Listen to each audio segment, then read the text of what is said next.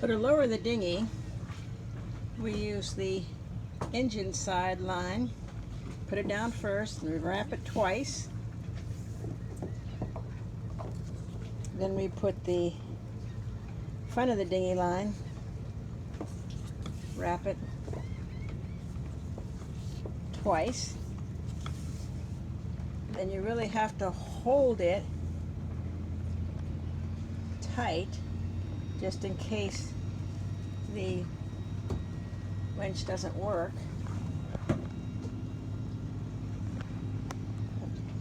And you open the lines.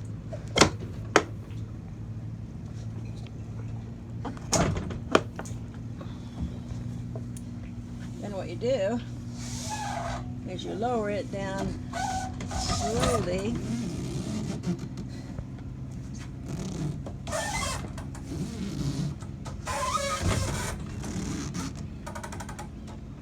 Putting the blue line down